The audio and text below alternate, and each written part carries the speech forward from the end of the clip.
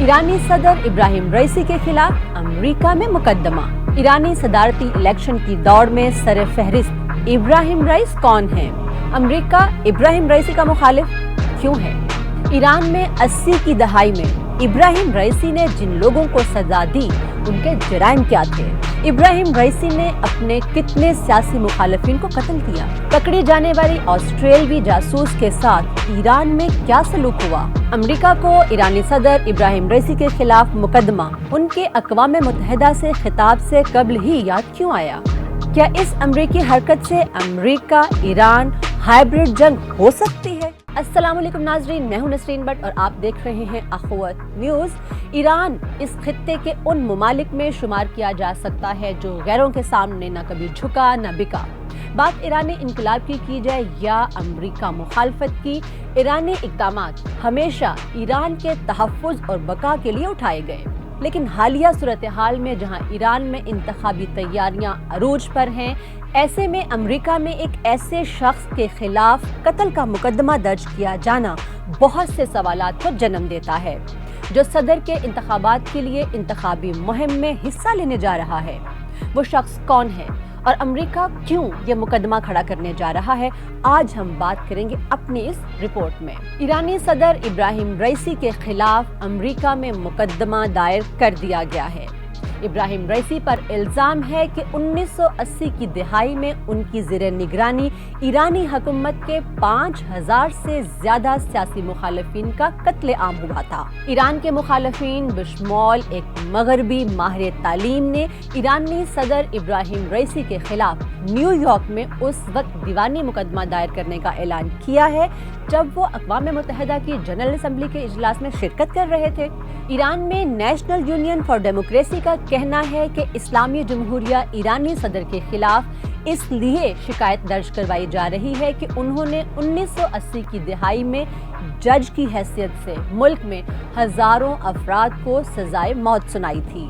Manhattan में वाक़े अमरीकी वफाकी अदालत मंगल की शाम तक इस मुकदमे को मंजर-ए-आम पर नहीं लाई। जासूसी के इल्ज़ाम में सितंबर 2018 से नवंबर 2020 तक ईरान में कैद ऑस्ट्रेलवी नियाद बरतानवी खातून माहिर तालीम कायले मोर गिलबर्ट ने न्यूयॉर्क की एक प्रेस कॉन्फ्रेंस में वीडियो के जरिए शिरकत की और उन्होंने सलाखों के पीछे अपनी तस्वीर दिखाई, जिसमें 1 साल कैद तन्हाई भी शामिल है। मोर गिलबर्ट का कहना है, मुझे मुख्तलिफ इक़साम के नफ्सियाती और जिस्मानी तशद्दुद का निशाना बनाया गया और बाकायदगी से जालिमाना और जिल्लत आमेज बदसलूकी का निशाना भी बनाया गया। साबिक कैदी नवीद मुहिब्बी ने बताया कि ये कानूनी चाराजोई इंसाफ की जानिब एक कदम है और मुतासरीन को उनका वक़ार दोबारा दिलाने में मदद करने की एक अहम कोशिश है। उन्होंने मजीद कहा कि रईसी ने अपने हमवतनों के साथ जो कुछ किया, मैंने उसकी बदतरीन सूरत देखी है। इस मुकदमे में तशद्दुद के मुतासरीन को तहफ़्फ़ुज़ फ्राहम करने के लिए अमरीकी कानून के हरकत में आने का मुतालबा किया गया है। NUFDI के सियासी डायरेक्टर कैमरॉन खनसेरेनिया ने कहा, इस केस में मुद्दई ईरानी मुनहरफ, साबिक ईरानी यरगमाल, साबिक मगरबी यरगमाल इंसाफ की खातिर एक कदम आगे बढ़ाने के लिए गैर मामूली अंदाज में मुत्तहिद हो रहे हैं। ख़वातीन के लिबास पर पाबंदियां नाफिज करने वाली इखलाकियात पुलिस की हिरासत में ईरानी नौजवान खातून महसा अमीनी की मौत पर होने वाले एहतजाज का हवाला देते हुए उन्होंने कहा कि मुनहरिफ और सियासी कैदी ईरान की सड़कों पर आज सुनाई देने वाली चीखों की बाज़गश्त कर रहे हैं। ये दरख्वास्त अमरीकी सरजमीन पर इब्राहिम रईसी के खिलाफ पहली दरख्वास्त नहीं है।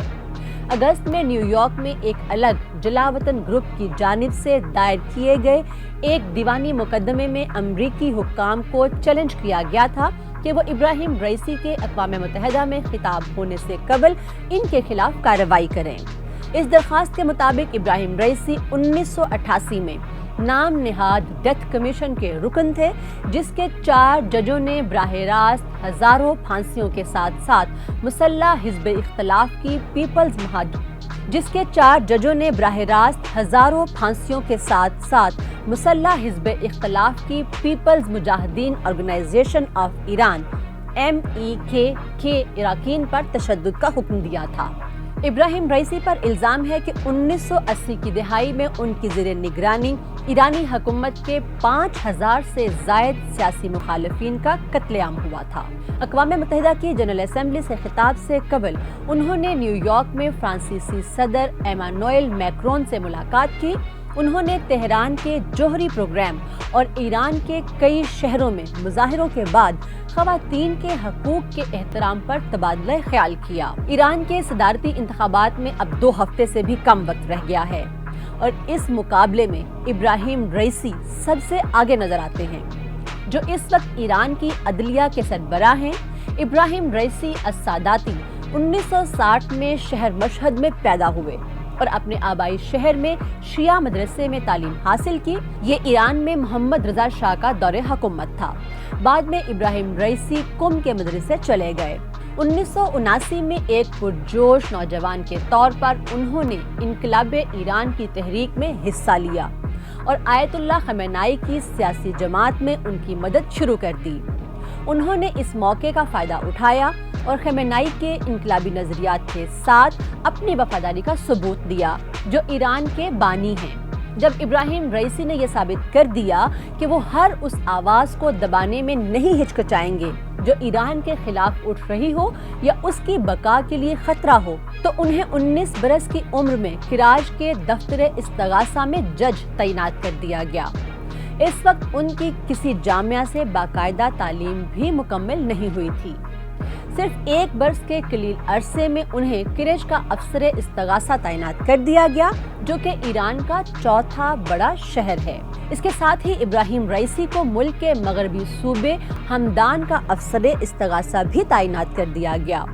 اس طرح انہوں نے ایک ساتھ 2 عہدے اپنے پاس رکھے۔ خمینائی کے خیال میں رئیسی نے انقلاب ایران کے بعد چند سالوں کے دوران ایک افسر استغاثہ کے طور پر اپنی وفاداری کا ثبوت کامیابی سے دیا تھا۔ انہوں نے مبینہ طور پر کئی مخالف گروپوں کو خاموش کروایا تھا۔ رئیسی نے بعد میں مزید طاقت حاصل کر لی اور وہ براہ راست خمینائی سے رابطے میں رہنے لگے۔ صرف 24 سال کی عمر میں ابراہیم رئیسی کو انقلابی عدالت کے دفتر استغاثہ کا نائب بنا دیا گیا، جہاں ان پر دنیا کے سب سے بڑے قتل عام میں ڈیتھ کمیشن کے رکن ہونے کی حیثیت سے ملوث ہونے کا الزام بھی لگایا گیا۔ 1988 کی نسل کشی مہم کے دوران 3 لاکھ سے زیادہ افراد کو قتل کیا گیا تھا، جن میں بچے اور حاملہ خواتین بھی شامل تھیں۔ 2016 کی امریکی قرارداد کے مسودے کے مطابق 1988 میں 4 ماہ کے دوران اسلامی جمہوریہ ایران کی حکومت نے وحشیانہ انداز میں ہزاروں سیاسی قیدیوں اور سیاسی گروپوں کا قتل عام کیا تھا۔ Iran human rights documentation centre کی رپورٹ کے مطابق قتل عام اس فتوے یا مذہبی حکم نامے پر عمل درآمد کے نتیجے میں کیا گیا، جو اس وقت کے رہبر اعلیٰ آیت اللہ خمینائی نے جاری کیا تھا۔ ایران کے بانیوں میں سے ایک حسین علی منتظری کا کہنا تھا، میرے خیال میں یہ اسلامی جمہوریہ میں 1979 کے انقلاب کے بعد سے اب تک کا سب سے بڑا جرم ہے اور تاریخ اس پر ہماری مذمت کرے گی۔ تاریخ ان کو ایک مجرم کے طور پر جانے گی۔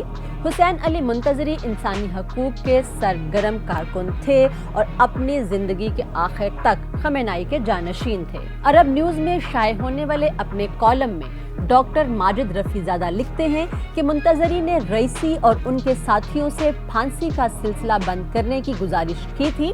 اپنی یادداشتوں میں انہوں نے لکھا کہ وہ حکم محرم میں دیا گیا تھا۔ میں نے نیری اشراقی، رئیسی اور پور محمدی سے کہا کہ اب محرم ہے، کم از کم محرم میں تو پھانسیاں روک دو۔ نیری نے مجھ سے کہا کہ ہم اب تک 750 افراد کو تہران میں پھانسی دے چکے ہیں اور 200 کو علیحدہ کر لیا ہے، جو اپنے نظریات پر قائم ہیں۔ ہمیں ان سب کو ختم کر لینے دیں، بعد میں ہم وہی کریں گے جو آپ کہیں گے۔ 1 عشرے تک حزب اختلاف پر کریک ڈاؤن کرنے، خمینائی کے احکامات ماننے، پھانسیوں کے لیے آسانیاں پیدا کرنے اور اسلامی جمہوریہ ایران کی طاقت کو مستحکم کرنے کے ساتھ ساتھ رئیسی نے حکومت کے ساتھ اپنی وفاداری کے کئی ثبوت بھی دیے اور رہبر اعلیٰ کی جانب سے دی جانے والی سلسلہ وار ترقیوں اور تعیناتیوں کے ذریعے سیاسی سیڑھیاں چڑھتے چلے گئے۔ رئیسی کو تہران کا افسر استغاثہ، نیشنل ٹیلی ویژن سپروائزری کونسل کا چیئرمین، जनरल इंस्पेक्शन के दफ्तर का सरबराह और अटॉर्नी जनरल भी बनाया गया। जब नाम नहाद इत्दाल पसंद सदर हसन रूहानी ने दफ्तर संभाला तो वो रईसी की हुकूमत और रहबरे आला से गहरे ताल्लुकात से वाकिफ थे। इसके बावजूद रईसी को आस्तान कुद्स रजावी फाउंडेशन का सरबराह बना दिया गया, जिसके अरबों डॉलर्स के महसूलात हैं जो टैक्स से मुस्तस्ना हैं। हसन रूहानी के दौरे सदारत में डेथ कमीशन के दिगर अरकान को भी तरक्की दे दी गई, जिनमें मुस्तफापुर मोहम्मदी भी शामिल हैं, जो बदनामे ज़माना इवन जेल में इंटेलिजेंस मिनिस्ट्री के साबिक नुमाइंदे थे। उन्हें बाद में इंसाफ का वजीर भी बना दिया गया था। अपनी तैनाती के बाद इब्राहिम रईसी ने इस्लामी पासदाराने इनकलाब की 23वीं कौमी असेंबली के दौरान जवानों और कमांडर्स से खिताब के दौरान कहा कि हम सिर्फ उन लोगों की उंगलियां नहीं काटेंगे जो बदउन्वान हैं, हम उनका पूरा हाथ काट डालेंगे। अमरीकी महकमा खजाना ने रईसी को 2019 से अपनी पाबंदियों की फहरिस्त में शामिल किया हुआ है। क्या ऐसे इकदामात का मकसद ये है कि अमरीका किसी सख्त किस्म के फौजी रद्द-ए-अमल का इरादा रखता है? इस बारे में अमरीका के इत्तेहादियों का क्या ख्याल होगा, और अगर फौजी कार्रवाई की गई तो इसके नताइज क्या हो सकते हैं? इस बात का कवी खतरा मौजूद है कि अगर ईरान पर हमला किया गया तो वो हाइब्रिड जंग शुरू कर सकता है, यानी कि बराह रास्त और अपने प्रॉक्सीज के जरिए जहाज़ों पर बड़े पैमाने पर हमले हो सकते हैं, जिसकी वजह से तेल की कीमतों और इंश्योरेंस प्रीमियम में इजाफा होगा और शायद सख्त जवाबी कार्रवाई का रास्ता भी हमवार हो जाए। इस मसले से वाबस्ता तमाम फरीकों के इस खतरे से मुतासिर होने का इम्कान है। किसी का भी ये ख्याल नहीं कि ईरान या अमेरिका में से कोई वाकई मामलात को इंतहा पर ले जाकर खुली जंग चाहता है। ताहम अगर ऐसा होता है तो फौजी ताकत के बावजूद अमरीकियों के लिए ईरान से जंग हर तरह के खतरात को जन्म दे सकती है। इसके साथ ही अपनी मेज़बान नसरीन भट्ट को इजाज़त दीजिए। अल्लाह हाफ़िज़।